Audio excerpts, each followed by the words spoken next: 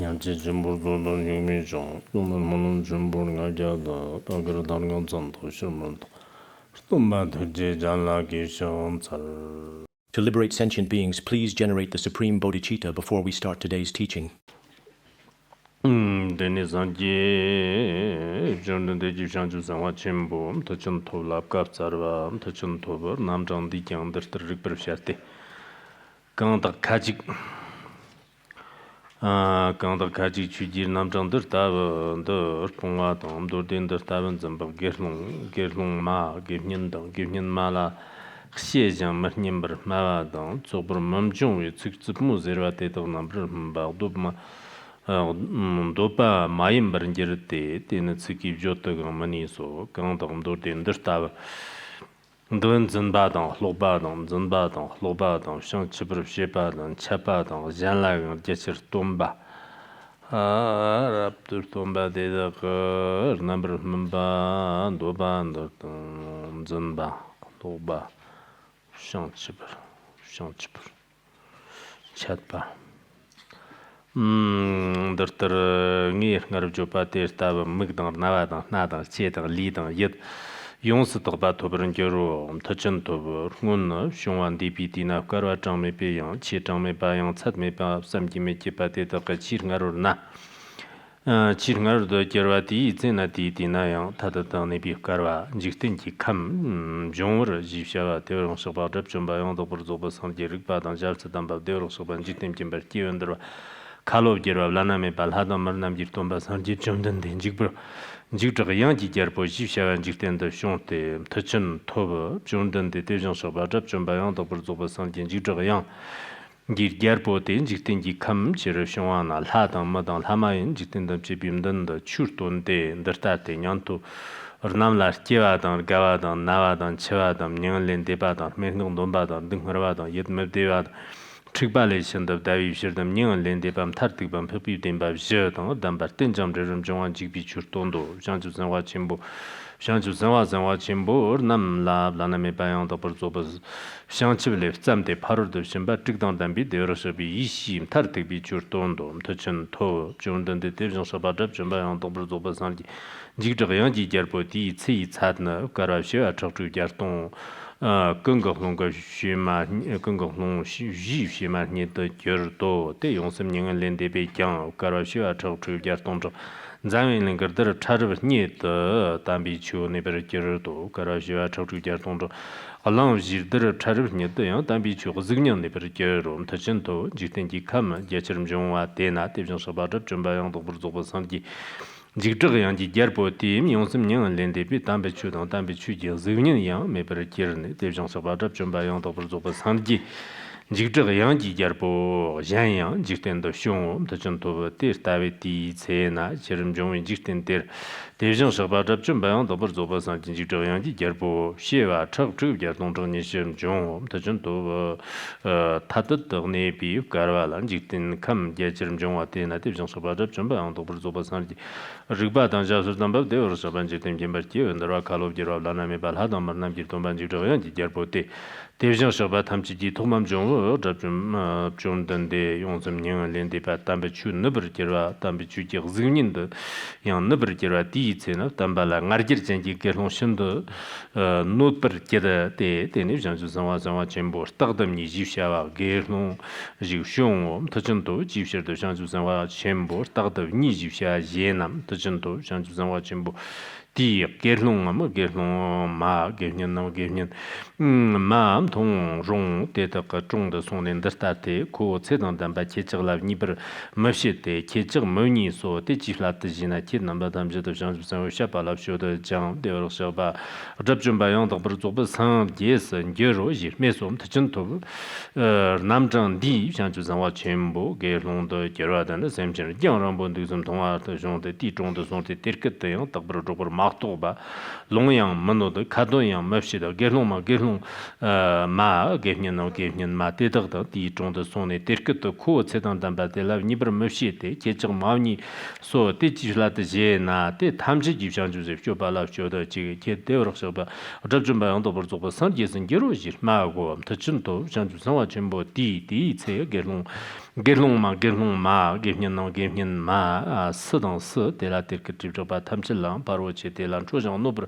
semba mad pa ke de la xie jang shu de di ji ji shir gerlong de mandi ber ni bi sem me do ji Dagzaglar tunde dagnil lavni brasheda chandar tarab sambar mando pab lana me bayang do bor zob shan jibda dagzag long do ji me wom ta jin to shan zangwa chimbo te der tar da xie jang shura le lo mangbo de de sala yang chor ma jo jo no sim mshtie to de der tar da yang tak bor joba wongwa dang ga ik ban pen de de jang tak rangbo ne ja chimbo jog de ko de la ni ber ko je jagla ni ber mshie do yang jagbar jog bo de sang ngar jer jang gelong Gevnin mate de la yang stagder jinma chapra yang dagbar jaba de de di yang mong stagder ni ji dag so tachin do jan zongwa jembo stagder ni de chiwe di shi niewer jerwa one be di na chiwe di ji tambe chu pa makar wo chuji namjang de tu de jongdan de de so ba de joma ang do bor zo ba san ji zhong yang ji gyarbo di chuji namjang de tsip ja ba chak chu xie wa chak chu gyar tong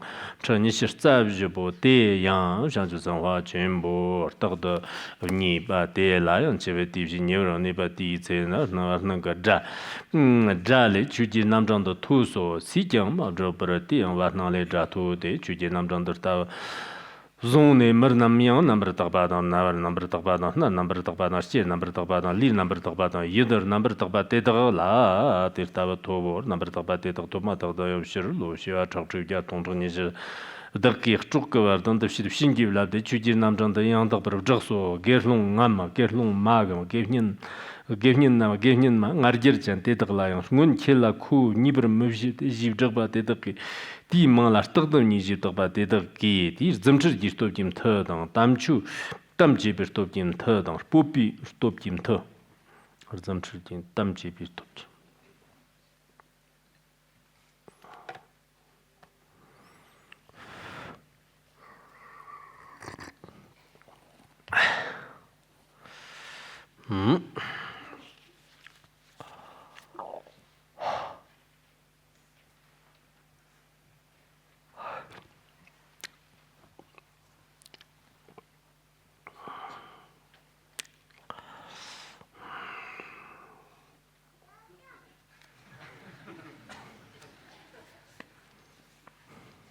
什么？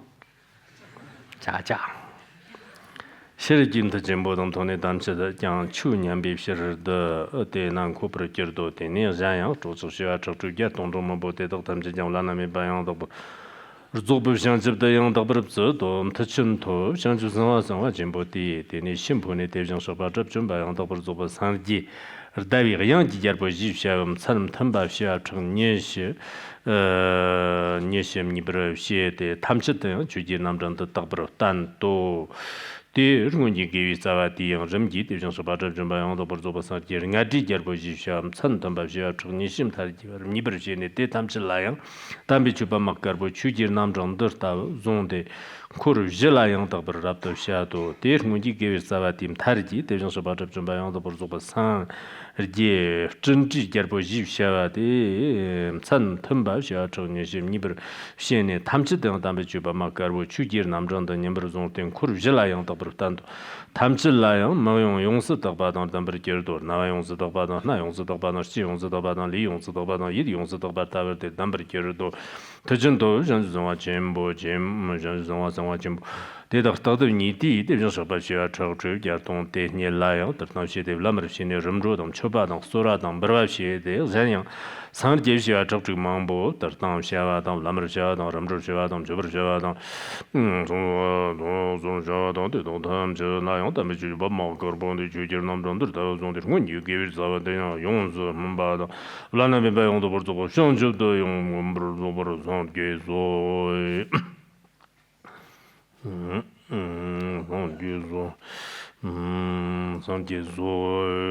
도전도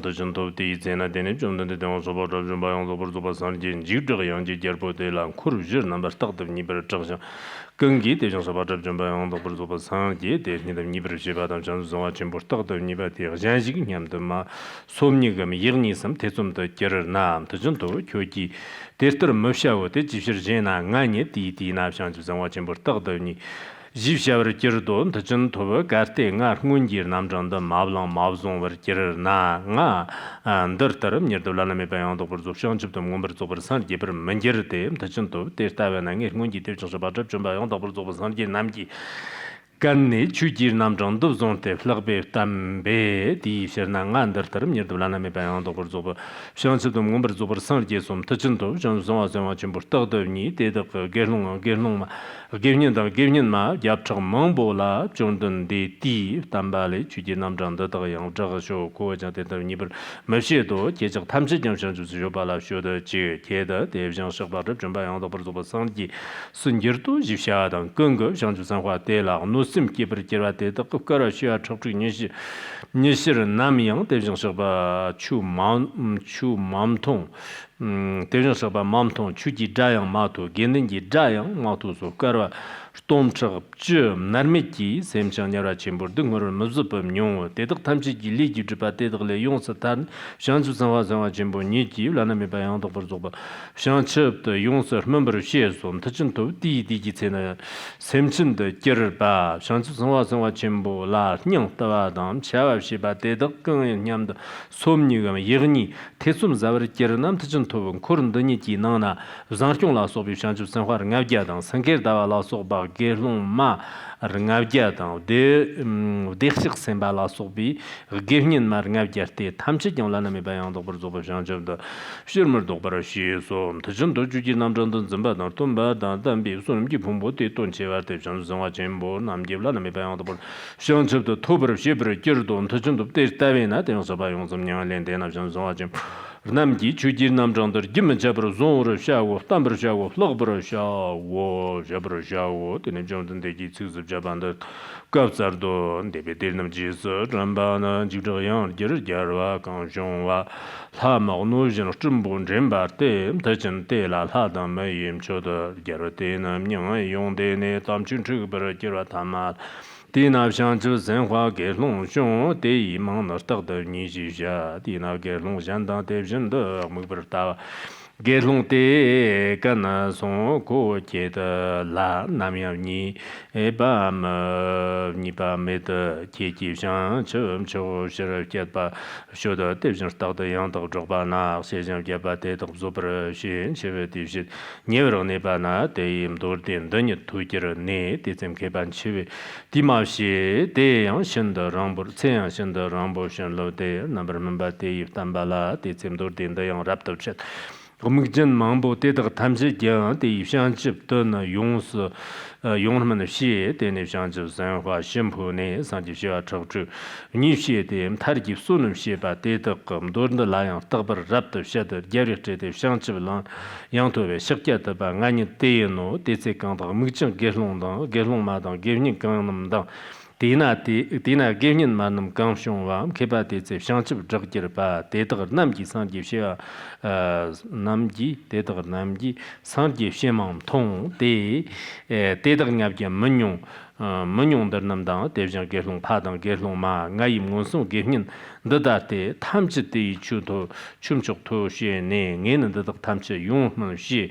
nyang de ba hua wo de gen 화원도 건는 다남도 됨 조금도 점버려 겨 가람 타이죠 망보양 던지 주나 남양마토데 상집시바 저주 점정양 대dom도 만쳐도 대시를 장숑이 집조 비추 더다베 가르압시바 타이 가르압 타이 시와 망보려 춘 덴지 추는 남양마토데 상집시와 초점정나요 대덕 장남 돈도 만차도 대시를 정신이 집조 비추 더다와이 넘바 투네스 양다양다 랍도 랍도 냥 딤돈도 러베 쇼지 냥은 안디 돈도 rafshutju tambi chupa makarwo le stagdavni pe lega jipshavarte pchug pawo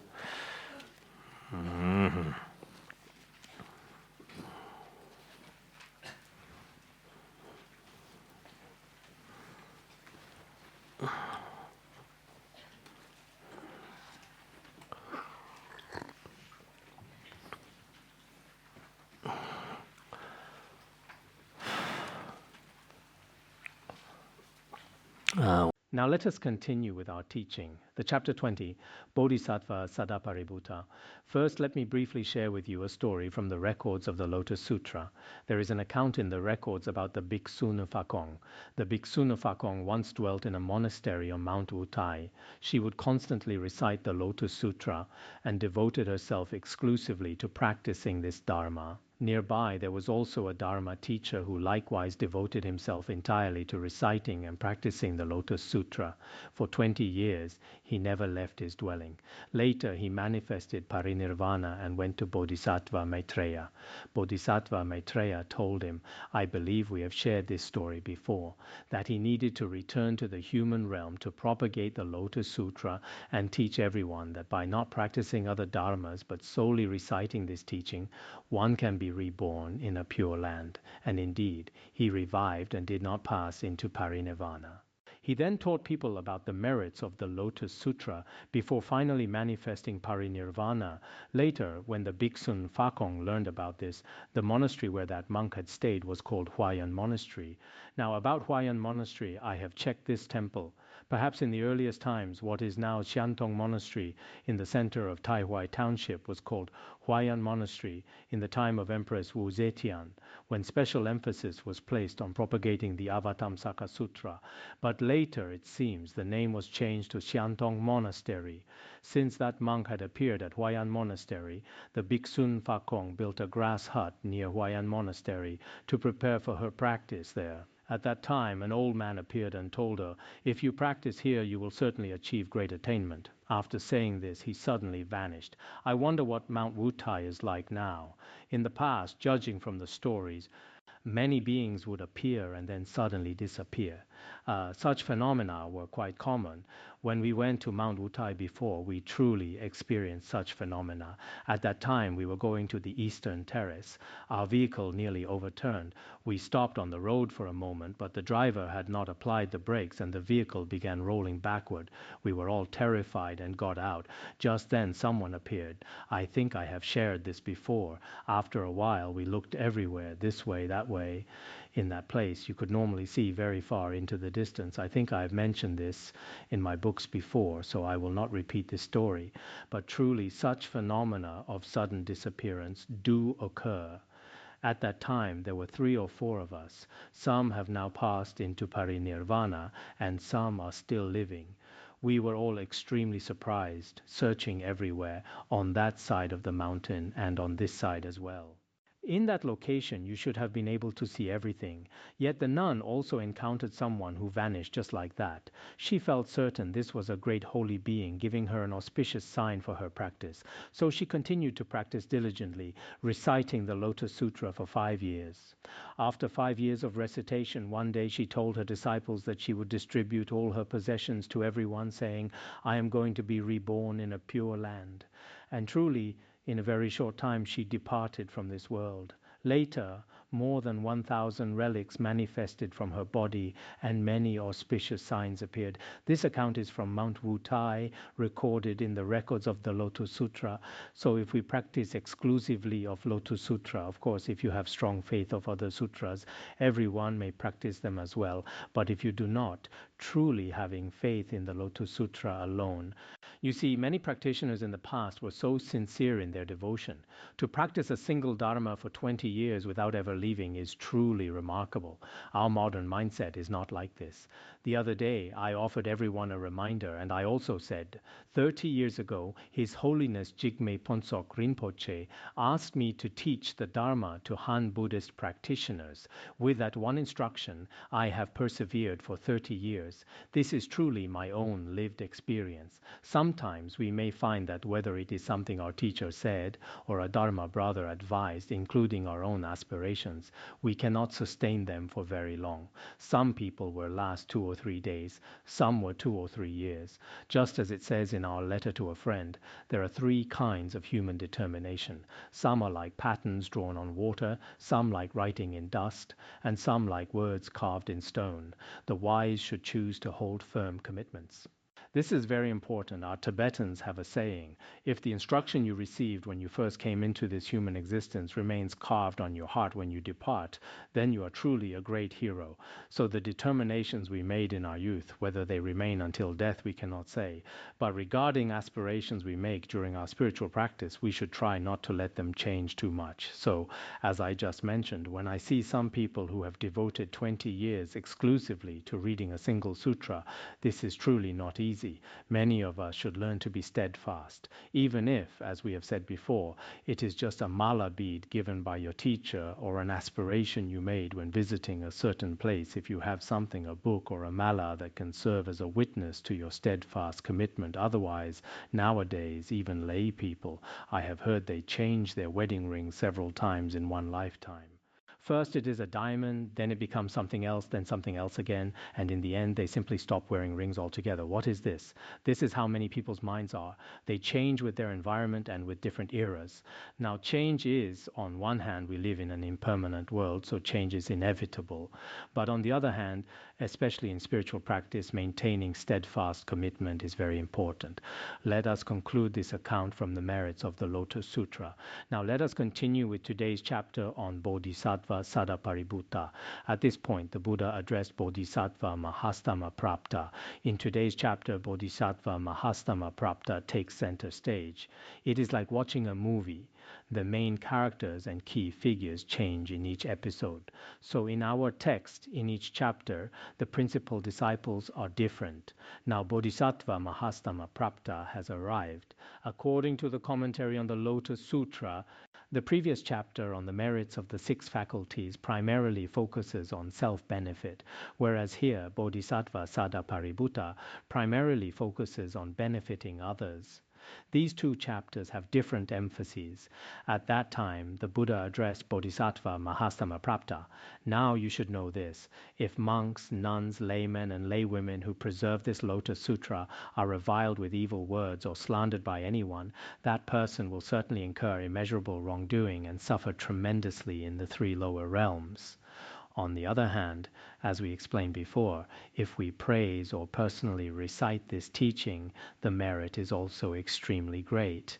In the previous chapter, we taught about the purity of eye, ear, nose, tongue, body, and mind. We already explained many merits before. As described there are truly many inconceivable merits. The Buddha addressed Bodhisattva Mahastama-prapta. Mahastama-prapta is actually another name meaning he who has attained great power. This Bodhisattva Mahastama-prapta, according to texts such as the Profound Meaning of the Lotus and the Vimalakarti Sutra, these sources all explain that wherever Bodhisattva Mahastama-prapta goes, he has an especially powerful influence on the beings of that world. How shall I put it? He has great inspiring power. The world quakes, and immense faith arises in the minds of sentient beings. He has many qualities such as pacifying suffering. That is why he is called Mahastama-prapta. Mahastama-prapta's biographies also describe much about him. Whether he goes to the hell realms or to any world, some highly capable people, just by making a single visit, can have a tremendous impact. In the past, wherever His Holiness Jigme Phuntsok visited, and it is still true now, but if an insignificant person might visit 50 times without making any real difference.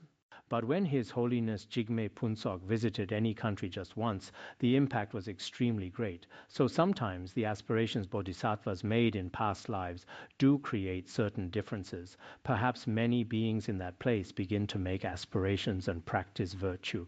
Now Bodhisattva Mahastama-prapta, very long ago, immeasurable, limitless, inconceivable, incalculable kalpas in the past, there was a Buddha named Tathagata Bhismagarjita Svararaja. Tathagata Bhismagarjita Svararaja possessed the 10 epithets of a Buddha. Arhat, completely enlightened, perfect in knowledge and conduct, well-departed, knower of the world, unsurpassed, tamer of humans, teacher of devas and humans, Buddha, Bhagavat. We have previously explained these 10 epithets of a Buddha. When this Buddha was in the world, the kalpa was called Vinirboga, and the land was called Mahasambhava. Tathagata Bhasmagarjita Svararaja, while in this world, taught the Dharma for humans, devas, and asuras.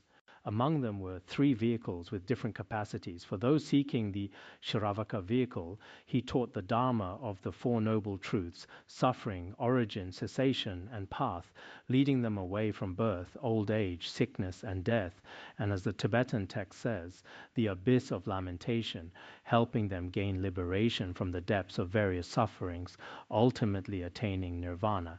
This was for those of the Shravaka vehicle. For beings of the Pratyeka Buddha vehicle, the solitary realizers, he taught the Dharma of the 12 links of dependent origination, from ignorance to old age and death, enabling them also to attain ultimate nirvana. For practitioners of the Bodhisattva vehicle, he caused them to awaken the aspiration for highest complete enlightenment, helping them generate bodhicitta. He then taught them the 6 perfections, from the perfection of giving to the perfection of wisdom, for the ultimate attainment of the Buddha's wisdom.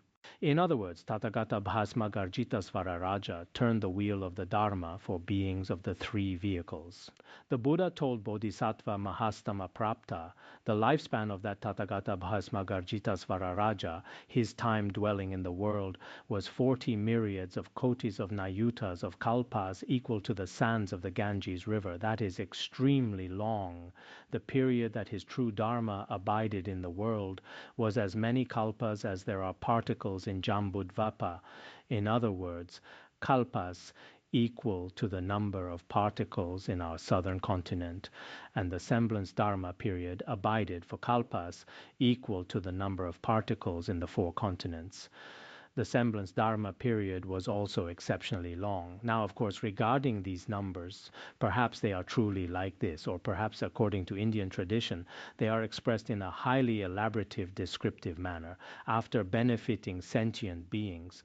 This Buddha, Tathagata Bhasmagarjita Svararaja, later manifested parinirvana. After the true Dharma and semblance Dharma periods had ended, other Buddhas appeared in this land again, and likewise they were all called Tathagata Bhasmagarjita Svararaja.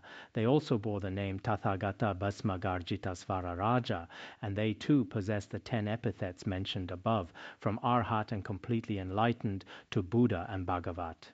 In this way, 2 myriads of kotis of Buddhas with the same name appeared in succession. After the first Tathagata Bhasmagarjita Svararaja appeared in the world and then entered parinirvana during the semblance Dharma period, after the true Dharma had already ceased, before the semblance Dharma had ended, there were many monks filled with excessive pride.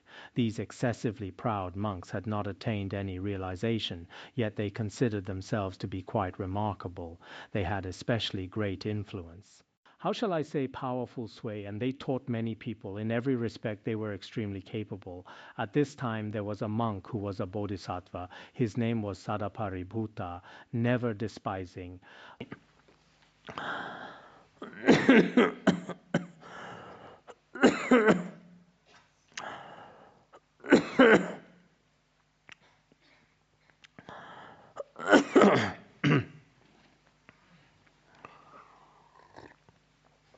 Last night we made an announcement over the radio. Yesterday I had many things to attend to, so there was a slight delay.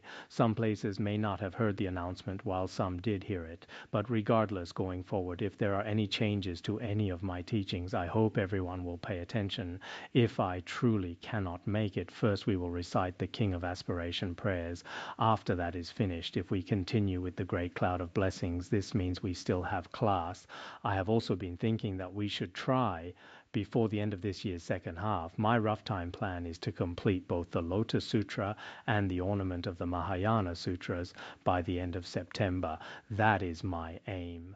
We have been studying this Lotus Sutra for over a year now, and everyone has listened very diligently. Some have not missed even a single transmission. This is truly very earnest. We are also working very hard because this is truly a great endeavor for you all as well. Some of you may be hearing the Lotus Sutra for the very first time, and perhaps it will be the last time in this life. So the merit of this Dharma is great, and it is best if the transmission is received completely. Even if you truly cannot complete the transmission, just as I told some tourists, some travelers earlier, they asked, "Do you have any blessings for us?" I said, "I do not have special blessings, but in a little while I will teach a class. You may not understand it, but if you just stay and endure it, you might feel some discomfort. After all, most of us are accustomed to sitting on chairs and have never sat cross-legged.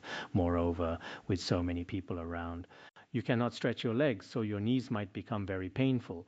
But if you truly cannot manage, you can sit in what is called the sage's posture."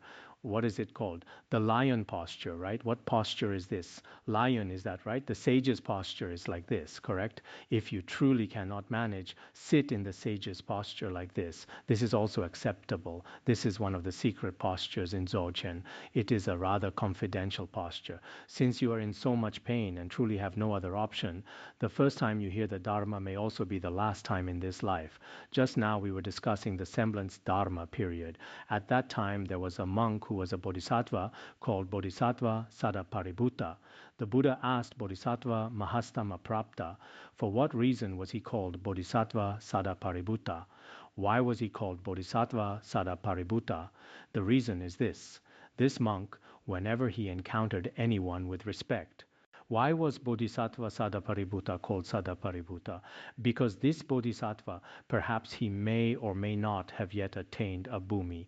We do not know. In any case, he was called Bodhisattva Sadāparibhūta. Whenever this Bodhisattva saw anyone, whether monk, nun, layman, or laywoman, he did not say non-Buddhists. Perhaps he spoke mainly about Buddhists first, but whenever he saw or heard about other people, he would also treat them with respect. Whenever he saw these members of the fourfold assembly, he would approach them and immediately bow and praise them, and he would always say, "I deeply respect all of you. I dare not belittle or disparage you even slightly." Why is this? Because all of you are now practicing the Bodhisattva path, and in the future you will become Buddhas. These words are really quite wonderful.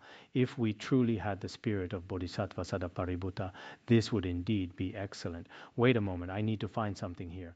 He mainly said four things. First, "I deeply respect you." Second, "I dare not belittle you."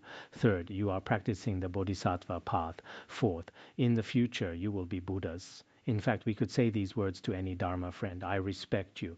But some people may not truly respect others in their hearts. On the surface, they say, "I deeply respect you. You are amazing. You have been very successful recently. You look wonderful. I truly think you are remarkable." But in their hearts, they actually dislike the person. It is not like that here. "I genuinely respect you from the depths of my heart. I dare not belittle you." Why? Because you are now practicing the Bodhisattva path, and in the future you will be a Buddha. In the future you will be a Buddha. This is true. All sentient beings truly possess Tathagata Garbha, Buddha nature. Recently, in our tantric teachings, we have also explained this very clearly. Even in the Chinese text mirror of the source, it is said, all sentient beings possess Buddha nature. All sentient beings can attain parinirvana. All sentient beings possess Buddha nature. All sentient beings are, just as Bodhisattva Sadāparibhūta said, destined to become Buddhas. In the future, this will certainly be so. This was his habitual saying, and he constantly repeated it. This monk did not concentrate on reciting sutras. He did not study or recite any scriptures, nor did he perform any other virtuous deeds. He did nothing else, only respectfully bowed to everyone he encountered. If many of us saw such a person, we might find him rather annoying. He has no real spiritual practice, yet he comes before you saying, "I dare not belittle you. You are practicing the Bodhisattva path. In the future you will become a Buddha." Many might find this a bit intolerable. He only practiced bowing. Even when he saw members of the fourfold assembly from very far away, he did exactly the same thing. His actions were identical to before. He would run over there to bow and praise them, saying again, "I dare not belittle you. You will all become Buddhas." He went everywhere like this. He did this before all members of the Fourfold Assembly. At this time, among the Fourfold Assembly, some people developed anger toward him. Some began to resent him, their minds becoming impure. They felt this person was too annoying, too false, too much like this. So they began to revile him with harsh words, saying, "You ignorant monk, where did you come from? You say you dare not belittle us, and you seem to be giving us predictions, predicting we will receive the Buddha's confirmation that we will become Buddhas in the future. We do not need such false predictions. We do not need such predictions from you. You yourself do not even know whether you will become a Buddha, yet you tell us that we will become Buddhas in the future." Actually, when our state of mind is not very good, sometimes react negatively to others' words. We may not cultivate patience, and then we pick at others' faults. We often point out others' shortcomings. So regarding what others say, not only do we fail to accept it, but we often criticize them. Bodhisattva Sadāparibhūta had good intentions, speaking respectfully to everyone, but no one accepted him. Sometimes, whether others are respectful to us or not, at such times we should see if we can practice a bit better. At our lay community center, there used to be a Khenpo who would often go teach in various local communities. His teachings were very well received by many people. He would often say that words are like space, so do not generate anger. This was essentially his main teaching, and actually it is also found in the Akashagarbha Bodhisattva Sutra. Hearing harsh words without anger, knowing the nature of words is like space, cultivating body and mind as empty likewise. When we know that others speak harsh and abusive words, at such times we should try our best not to generate anger in our hearts. The only method for not generating anger is presented differently in various sutras, but in the Akashagarbha Bodhisattva Sutra it teaches that words are like the nature of space. Some sutras teach that words are like echoes in an empty valley. Here it teaches that words are like space. Similarly, aside from words, our bodies and our minds are best compared to space. The treasury of the Dharmadhatu contains many analogies about space. It presents many analogies for body, speech, and mind. These people had no way to cultivate patience, and moreover, they said they did not need such false predictions. For many, many years he was constantly reviled, yet he never became angry. That monk, Bodhisattva Sadāparibhūta, would always say, "You will all become Buddhas." In the past, some books would say things like, "I am sorry" or "I love you." Some bestsellers often say such things, but this approach may be different from what we have here. We say, "You will become Buddhas." Of course, in front of non-Buddhists, if you say they will become Buddhas, especially in front of people of other religions who are told they are Buddhas, they may not necessarily accept it. After all, our Buddhists are not particularly numerous now. Among Buddhists, saying you will become Buddhas in the future may be more easily accepted. In any case, the Lotus Sutra is quite easy for many people to accept. There is a professor from the University of Chicago who previously translated the Lotus Sutra into English. Once when he was a visiting scholar at Peking University, he also mentioned that the Lotus Sutra is not only important for China, but actually for England, America, Japan, and any country that describes it in any language. It brings tremendous benefit to that country. Not only for our Buddhist practitioners, but also for others, including Muslims and Christians. They too should study this Lotus Sutra, because it does not require any labels of nationality, religion, or anything else. If one studies according to its true principles, it brings tremendous benefit to everyone. So this professor frankly admitted, "I am a Buddhist," but his meaning was not only speaking as a Buddhist, but actually from a non-Buddhist perspective. The Lotus Sutra brings tremendous benefit to all humanity worldwide. Therefore, in the West, quite a number of scholars and some Buddhists are studying it through English and various other languages from different countries. Some are propagating it, some are studying it, some are practicing it. Many people are like this. I think this time we are also teaching everyone the Lotus Sutra. Many people are also studying it through different texts and different languages. I am also very happy about this. I hope that some of you who work with different languages will reach out to these various sentient beings and propagate it in their languages and in ways suitable to them in the future. Also, if in some countries or in some languages it has not yet been translated and you feel that you do not have any problem to expressing it, whether in text or meaning, then you should translate it and leave it behind for posterity. This would be the best way to propagate the Lotus Sutra, because our flawed human bodies are impermanent after all, and at a certain time we will leave this human world. But if we produce a book, this can be passed down through the ages. It can continuously keep being propagated in this world. So I think many of us should think more from the perspective of wisdom. And not only is it enough just to study it by ourselves, but even if there is only one person nearby, we should gradually propagate it to them. If truly the conditions are not sufficient for large-scale propagation, even a single chapter or individual verses from it will bring them great benefit. Bodhisattva Sadāparibhūta would always say that they would all become Buddhas in the future. At that time, people were not satisfied. He kept telling them, "You will become Buddhas." Later, the people nearby were not satisfied, so they used sticks, wooden clubs, tiles, and stones to throw at him and beat him. At such times he never fought back. He would run away to a distant place and call out loudly, "I will not despise you. You will all become Buddhas in the future." From a distance he would run while telling everyone this. He was actually quite pitiful. He dared not approach them because if he got close there would certainly be sticks and stones hitting him. They beat him severely, so he ran away. Actually, this is quite strange. He was quite good, and these people were very bad. He had not done anything wrong. They just became a bit unhappy when he told that they would become Buddhas in the future. Perhaps about becoming Buddhas in the future. You see, yesterday we discussed the Ichantika. At that time, Kumarajva's disciple, Dharma Master Daosheng, was somewhat not accepted during that period. Perhaps will become Buddhas in the future, was not recognized by many in that community at the time. Even among the Buddhist Fourfold Assembly, perhaps just like now, many of our Buddhist Fourfold Assembly today do not think particularly much about future lives.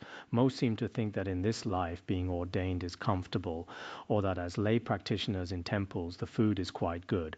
I have heard that some lay practitioners at certain temples are entirely for their livelihood, not because they have right view about karma and its effects. There are such cases. Perhaps it was like that then too. Otherwise, if they were truly Mahayana Buddhists and they knew that every sentient being has Buddha nature, what Bodhisattva Sadāparibhūta said was not wrong, saying, "You will all become Buddhas in the future. I will not harm you. I will not despise you." This is reasonable from a doctrinal perspective. But sometimes sentient beings truly do not follow reason. They started beating him with sticks.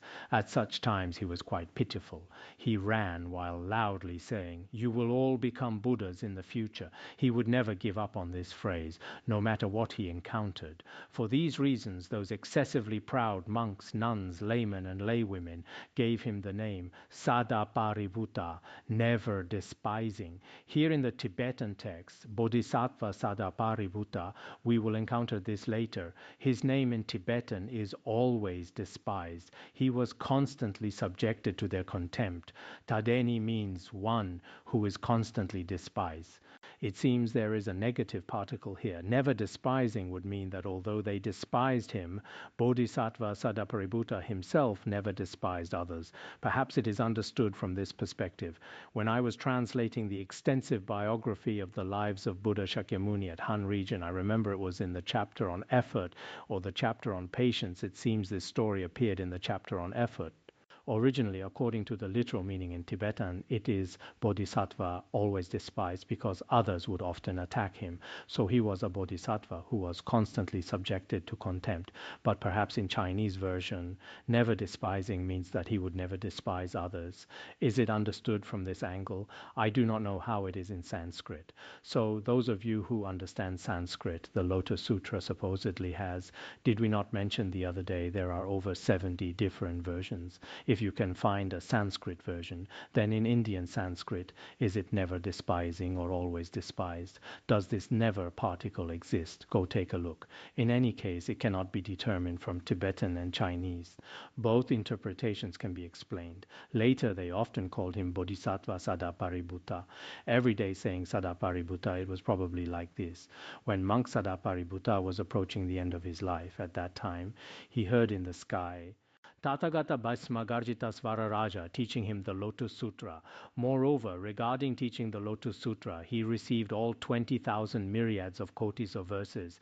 There are two possibilities for this. One possibility is that our Lotus Sutra may have many, many more parts, and what we have now obtained is only a portion. Because at that time, Bodhisattva Sadāparibhūta in the sky heard so many verses from Tathagata Bhasmagarjita Svararaja, an immense number. This may be one reason. Or the Buddhist sutras of that time had such expressions with a kind of figurative language. So our Lotus Sutra has only this much, but when expressing it, they might say 20,000 myriads of kotis of verses. Actually, our current Lotus Sutra does not have 20,000 myriads of kotis of verses.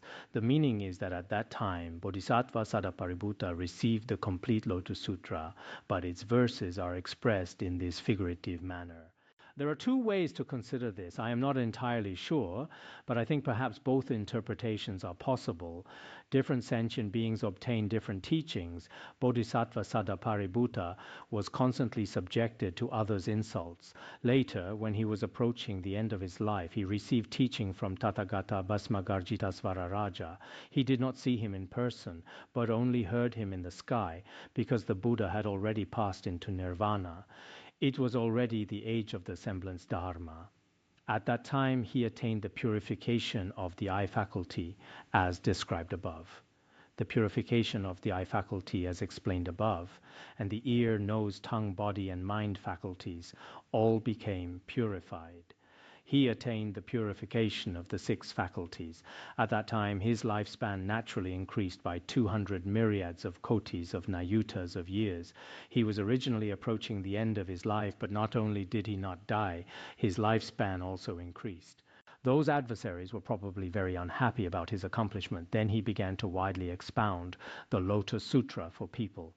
At that time, those excessively proud members of the Fourfold Assembly, the monks, nuns, laymen, and laywomen, those who had despised him and often called him Sadāparibhūta, saw that Bodhisattva Sadāparibhūta possessed such transcendent powers, the power of joyful eloquence and the power of great tranquility. He had 3 kinds of powers. In the profound meaning of the Lotus Sutra, it explains that these correspond to body, speech, and mind. His body possessed great transcendent powers. As for speech, the power of joyful eloquence, the power of joyful eloquence means that from a single phrase he could speak for 10,000 years without exhausting it, just like the unhindered eloquence we discussed earlier. Then the power of great tranquility refers to wisdom, the wisdom of tranquility free from all conceptual elaboration. The power of wisdom that transcends all extremes and elaborations. Because Bodhisattva Sadāparibhūta immediately received the blessing and transmission from the Buddha, he instantly turned the tables on his situation. Then all those who had originally opposed him, sentient beings are indeed so practical, they became his disciples, very obedient and very respectful toward him, making offerings. Because before Bodhisattva Sadāparibhūta had no wisdom and did not recite sutras, but later, when he received such respect, he became truly remarkable. At that time, this Bodhisattva Sadāparibhūta, also inspired thousands of myriads of kotis of sentient beings, causing them to awaken bodhicitta and abide in highest complete enlightenment. At the time of his death, he also attained, after he finally passed away, due to his aspirations from past lives, he met 2,000 kotis of Buddhas. Moreover, the names of these Buddhas were all Khandra Surya Pradpa. In the presence of these Buddhas, what did he receive? The Lotus Sutra. Due to this cause, what does he continuously met? Another 2,000 kotis of Buddhas. The second time he met these Buddhas, they were all called Tathagata Megasvara Raja. The Dharma he received in the presence of these Buddhas was also the preserving and reciting of the Lotus Sutra, and he expounded this sutra for the fourfold assembly. After he received this Dharma, he continuously, then what did he attain? He attained the purification of the eye and the purification of the ear, nose, tongue, body, and mind faculties. Among the fourfold assembly, he taught the Dharma without any fear. Actually, this fearlessness can be said to arise from insufficient mental strength, which then produces fear and generates discouragement, including the mind that abandons sentient beings. If we truly have firm resolve in our hearts, just like the Dharani Sutra for protecting the ruler of the state teaches 4 aspects. I think they are particularly good. It says, at all times without weariness, meaning at all times regarding guiding sentient beings without weariness. In our ornament of the Mahayana Sutras, this is also taught. This is the first point. The second point is never a single thought of abandoning sentient beings. Never having thought of abandoning sentient beings. One is not becoming weary. The second is not abandoning sentient beings. Then the third is always abiding in samadhi without wavering, remaining continuously in samadhi. Without samadhi, without abiding in a stable state, whether it is your aspiration or your practice, whatever you do, you cannot change every day. Always abiding in an unwavering samadhi. This is the third point. The fourth point is expounding the sublime Dharma for the benefit of sentient beings. For the benefit of sentient beings. Being able to continuously expound the sublime Dharma without a mind of weariness. So what the Dharani Sutra for protecting the ruler of the state teaches, that actually this fearlessness should be understood in these 4 aspects. Not becoming weary, not abandoning sentient beings, mind without wavering, and expounding the sublime Dharma. For many of us who study the Mahayana, I think this is also very important. Sometimes ordinary beings truly, as they keep doing it, eventually lose confidence in themselves, lacking a sense of security. At such times, perhaps they cannot persevere in practicing the sublime Dharma, nor can they persevere in expounding the Dharma to others. This is one reason. There is another reason why we do not benefit sentient beings through the Dharma. This is also possibly because our compassion is insufficient. In Tibetan, there is a sutra called Kushalamula Samparigraha Sutra. The other day, I compared it with the Tibetan. Actually, the Tibetan text and the Chinese Kushalamula Samparigraha Sutra are basically identical. There is a line that I also think is quite good.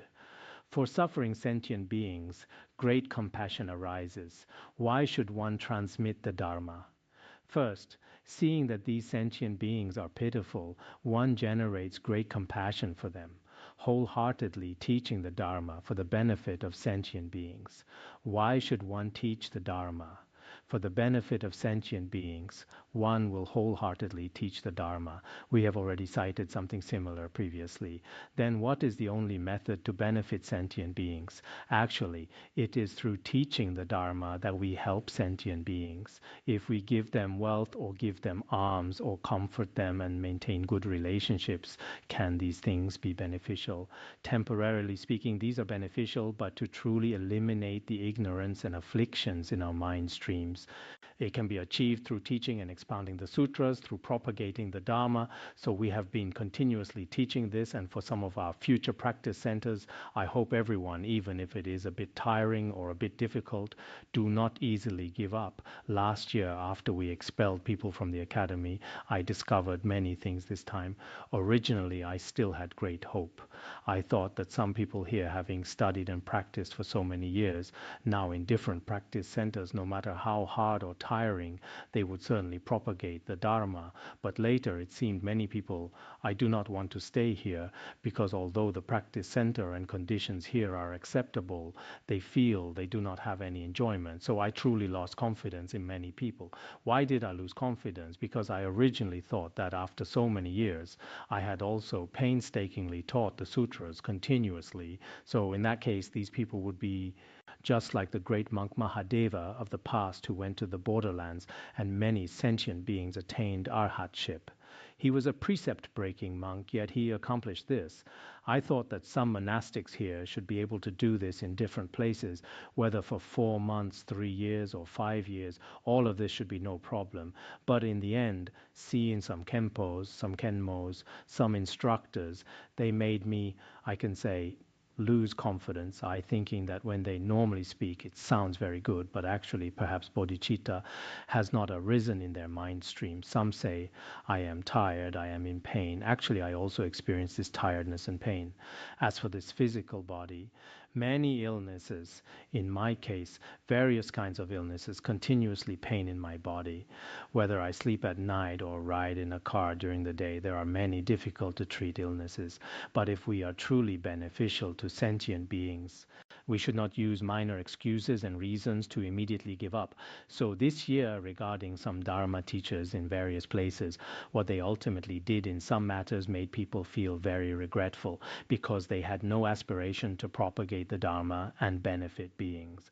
Some people said it was for enjoyment, for some particular purpose.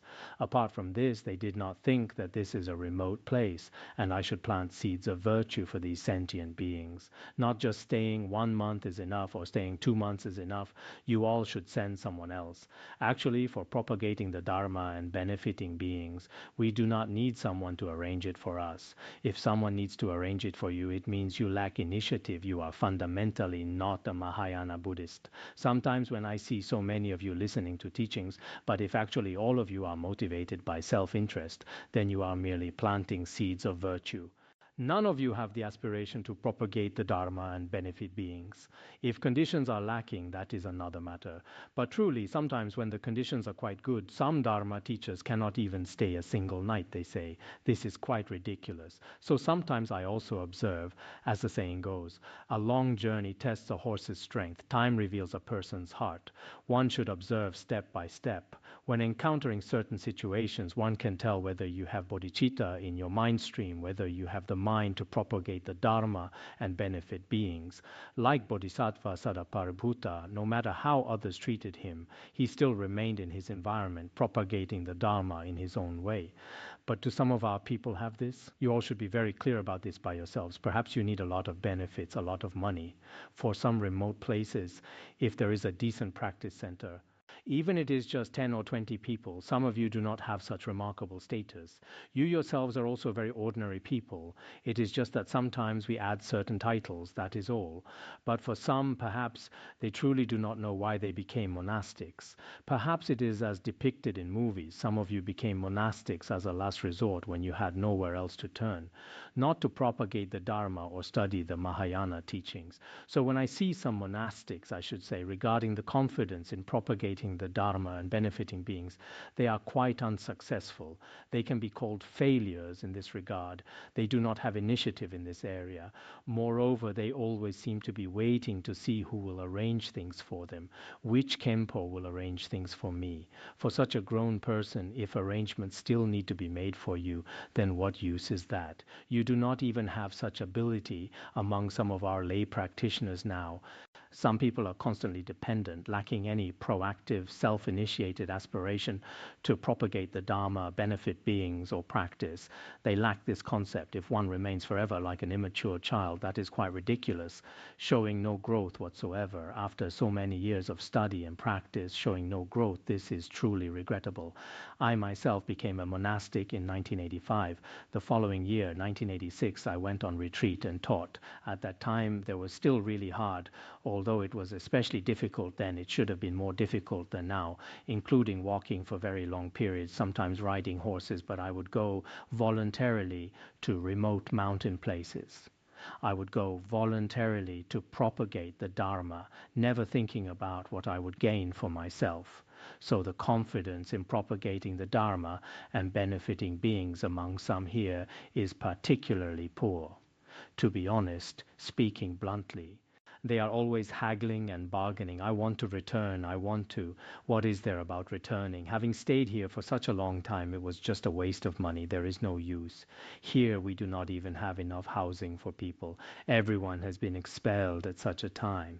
If people do not have the mind to benefit others, I think even having 10,000 or 100,000 people would be useless. If people have the mind to benefit others and truly turn the Dharma wheel, even just 2 or 3 people would be sufficient. Then the world would have hope. So sometimes, Dharma teachers, you should examine yourselves carefully. What are you doing as a Dharma teacher? It is not that eating, drinking, and being merry every day makes you a Dharma teacher. A propagator of the Dharma is called a Dharma teacher. It is not because many people, some people, once they have a bit of fame or receive offerings from others, at that point they have already changed, and then they start thinking that everything they do is in accordance with the Dharma. Actually, if you are a Dharma teacher, what should a Dharma teacher do? Throughout one's life, did I say yesterday that His Holiness Jigme Phuntsok Rinpoche, starting from 1990, could not even see text with his eyes, yet he taught the sutras every day continuously without ever stopping. We often claim to be His Holiness Jigme Phuntsok's disciples. So sometimes, truly, I hope everyone will reflect on these matters. I will not say more here.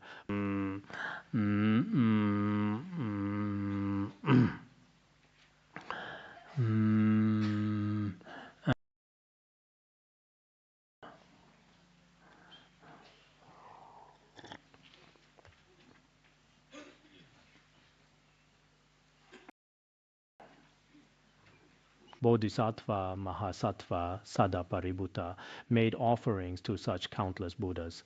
At that time, he also made offerings to many Bodhisattva, respecting, honoring, and praising them, planting various roots of virtue. Later, he also met thousands of myriads of kotis of Buddhas. In their teachings, he also expounded the Lotus Sutra. His merits were perfected, and he attained Buddhahood. The Buddha asked Bodhisattva Mahastama Prapta, "What do you think?" This Bodhisattva Sadāparibhūta of that time do not think it was someone else. It was I, Shakyamuni Buddha. If in past lives I had not preserved and recited the Lotus Sutra, had not read and recited the Lotus Sutra, had not expounded it for others, it would have been impossible in such a short time to attain highest, complete enlightenment. I, at that time, had already received this sutra in the presence of the Buddha. Then I myself preserved and recited it, and also expounded it for others. For these reasons, in a very short time, I attained highest, complete enlightenment. Shakyamuni Buddha himself said this. If he had not obtained it at that time, truly, even up to now, he would not have attained the state of the Tathagata. So we were encountering this sutra in this life is not such an easy matter. Sometimes everyone should realize that when we encounter some other matters, this is an opportunity. This is a rare opportunity.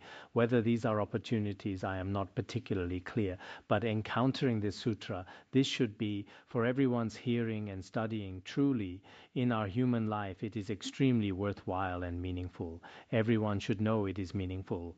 At the same time, every day we are sustained and dedicated through the King of Aspiration prayers. This is also extremely difficult to obtain throughout thousands and millions of kalpas. In the past, when His Holiness Jigme Phuntsok was with us at the Larong Ga, there were about 1,000 or 2,000 monastics with 1,000 or 2,000 disciples. His Holiness Jigme Phuntsok would often say, with so many of us, when everyone recites the King of Aspiration prayers once, the merit is immeasurable and limitless. So I cannot bear to cancel classes, even if I... Sometimes His Holiness Jigme Phuntsok would manifest that his physical condition appeared not very well, even if it was just teaching for 10 minutes, then reciting the King of Aspiration prayers once. Many of our elder Dharma friends, by elder Dharma friends, I do not mean you are old, I mean Dharma friends who have been here for a longer period of time. Otherwise, some people nowadays are very sensitive about being called old. So please do not get angry, Venerable Elder. But even if we do not say old, it is still quite obvious. It is fine. Who said that? I looked in this direction and said that these people have also lowered their heads. This shows that they have already acknowledged it. What is discussed below, Bodhisattva Mahastama Prapta, the fourfold assembly of that time, the monks, nuns, laymen, and laywomen, because they despised Bodhisattva Sadāparibhūta with a mind of anger, for this reason, for 200 kotis of kalpas. They constantly did not meet Buddhas, did not hear the Dharma, and also did not see the Sangha, the three jewels. You see, regarding the three jewels, we had better not despise them. Despising them truly brings slander and such consequences. It is very difficult to know who is a bodhisattva. For 1,000 kalpas in the Avachi hell, they suffered great torment. At that time, some used stones to hit him, some used sticks to beat him. At that time, it seemed convenient to see a monk and beat him, but actually this brings terrifying consequences. So we should be especially careful toward bodhisattvas and those who have awakened bodhicitta. Just as taught in the Entering the Middle Way and the Way of the Bodhisattva, we should try our best not to use harsh speech or an angry mind to slander and despise others. The Mula Sarvastivada Vinaya states, if with an evil mind one speaks slanderously and despises a virtuous person, due to this evil karma, one will fall into hell. If due to this cause, what will happen to us? We will suffer in hell for thousands of hundreds of millions of kalpas. So you see, Bodhisattva Sadāparibhūta, at that time they also despised him. At that time they also treated him badly. For this reason, later they all suffered for many. Whether it truly was kotis of kalpas is hard to say. In any case, for a very long time they did not encounter the three jewels of Buddha, Dharma, and Sangha. Moreover, they suffered tremendous torment in hell. Later, after this karmic consequence was lightened, they constantly met Bodhisattva Sadāparibhūta, who taught them. Later, after their negative karma was purified, due to connections from past lives, they met Bodhisattva Sadāparibhūta. Then he taught and guided them to awaken their minds toward highest, complete enlightenment. The Buddha told Bodhisattva Mahastama Prapta, what do you think? Those fourfold assembly disciples who despised Bodhisattva Sadāparibhūta at that time, do not think they were others. Among those seated here today, there are still some of these bad people who now appear as bodhisattvas and arhats. He specifically named two people. One is called Bhadrapala, which means virtuous protector. In Tibetan, it is also called Zangjong.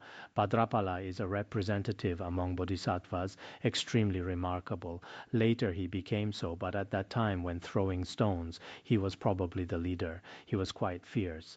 There was also a nun. This nun is called Nun Simakandra, and 500 other nuns, and Sugata Setana and 500 laymen. These laywomen were also quite fierce. Upasaka and Upasika, it seems like male lay people, but in the Tibetan text it says female lay people. But I'm not sure. In any case, male or female lay people are both fine. In Tibetan, it seems to say female lay people. Sifty mega.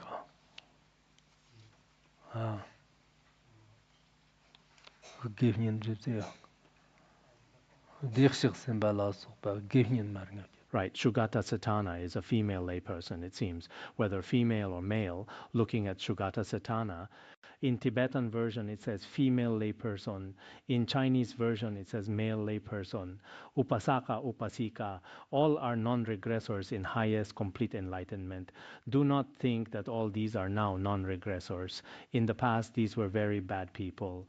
Bodhisattva Mahastama Prapta, you should know this Lotus Sutra has immense meaning for sentient beings.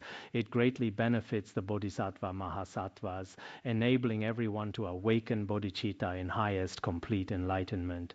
Therefore, after the Tathagata's parinirvana, the Bodhisattva Mahasattvas should constantly preserve, recite, explain, and also copy it.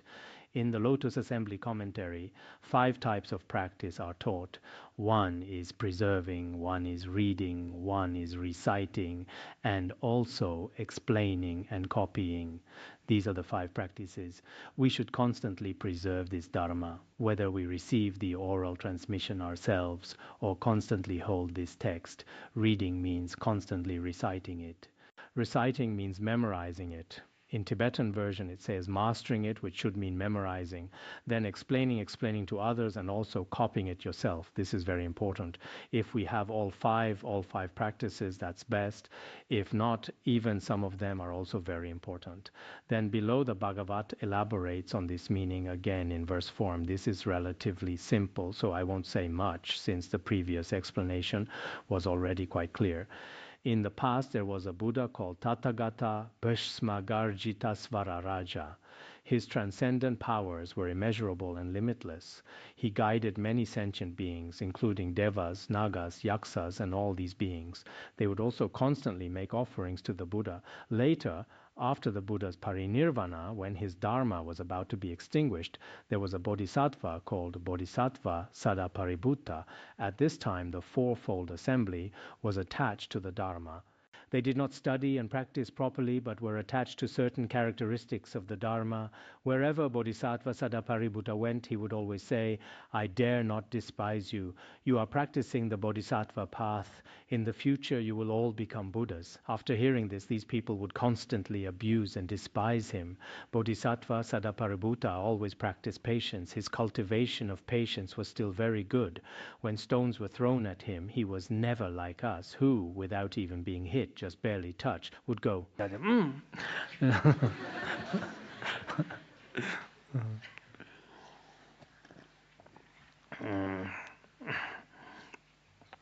Some people, when they don't give way on the road themselves and a driver honks the horn at them, they become very unhappy and glare fiercely.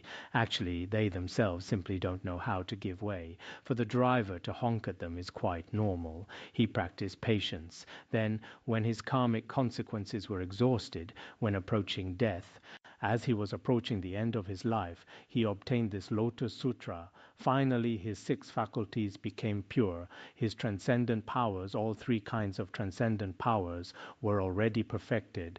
Then his lifespan increased. Finally, he extensively taught this sutra to others. Actually, what is meant by protecting the Dharma, what is meant by propagating the Dharma, it's right here in this text. You see, throughout, from beginning to end, it keeps saying to extensively teach this sutra. So now that we have received the oral transmission, I hope you should all, when the time comes, whoever makes the aspiration, please give me. Originally, you all also said you would teach the sutras. If you really cannot find people, go to the mountains and teach to the stones, teach to grass and trees, to plants. That's also acceptable. If that's truly not possible, find some puppies, little birds, parrots, and teach them once. Recite the oral transmission once. That's also acceptable. Of course, if you can find people, you should still teach in the future, propagate the Dharma well. The Mahaparinirvana Sutra states, those who protect the Dharma are those who possess right view and can extensively expound the Mahayana Sutras. Many lay practitioners from the Han region often have here the 2 red characters, Dharma protector. But as for this Dharma protection, using sticks to beat others, this is not called protecting the Dharma. True Dharma protection should be done by people who possess right view and who expound the Mahayana Buddha Dharma. This is called protecting the Dharma. So here we have also already taught that Bodhisattva Sadāparibhūta later continued to teach others. All these sentient beings attached to the Dharma received the Bodhisattva's teaching and guidance and were perfected. Finally, he caused them to abide in the Buddha path. When Sadāparibhūta's life ended, he met innumerable Buddhas. Because he taught this sutra, he attained immeasurable and limitless merit. Gradually perfecting these qualities, in a very short time, he attained the path of highest, complete enlightenment. Well then, regarding Bodhisattva Sadāparibhūta of that time, do not think he was someone else. Shakyamuni Buddha said, "It was I." The 4-fold assembly disciples at that time were all attached to the Dharma. Having heard the words of Sadāparibhūta, at that time they heard the words of Bodhisattva Sadāparibhūta.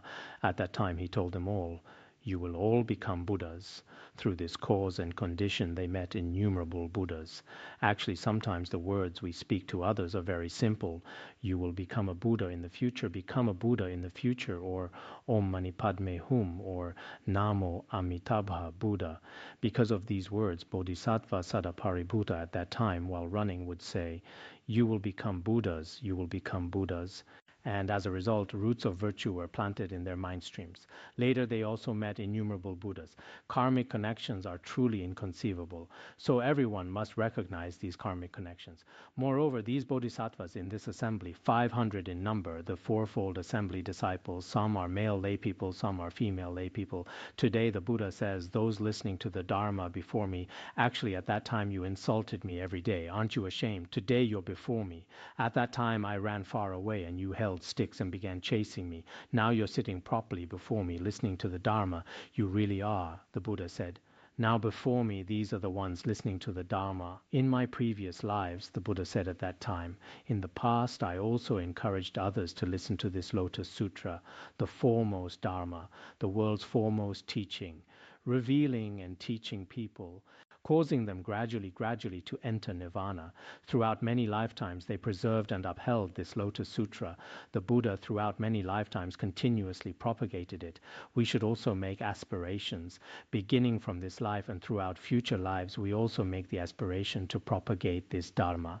So now also, to be able to hear this Lotus Sutra throughout myriads of kotis of kalpas among the inconceivable Buddha Bhagavats, at that time this sutra is taught.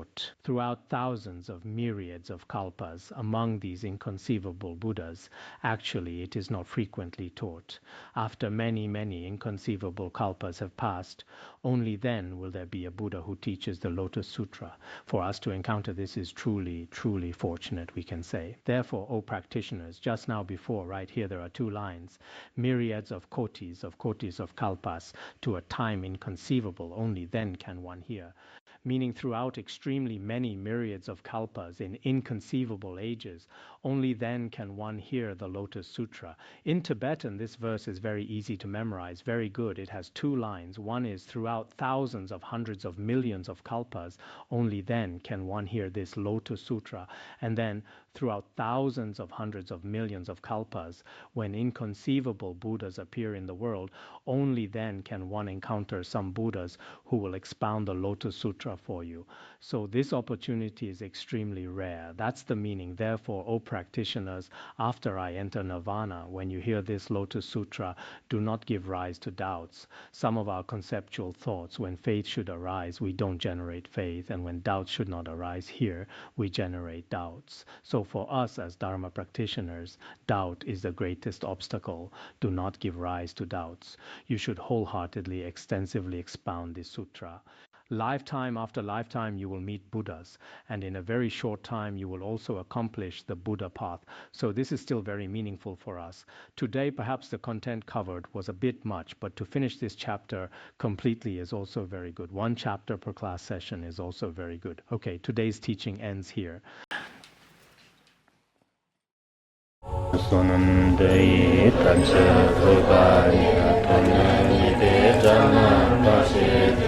Kirgana jirano chupai chupun solen droa droa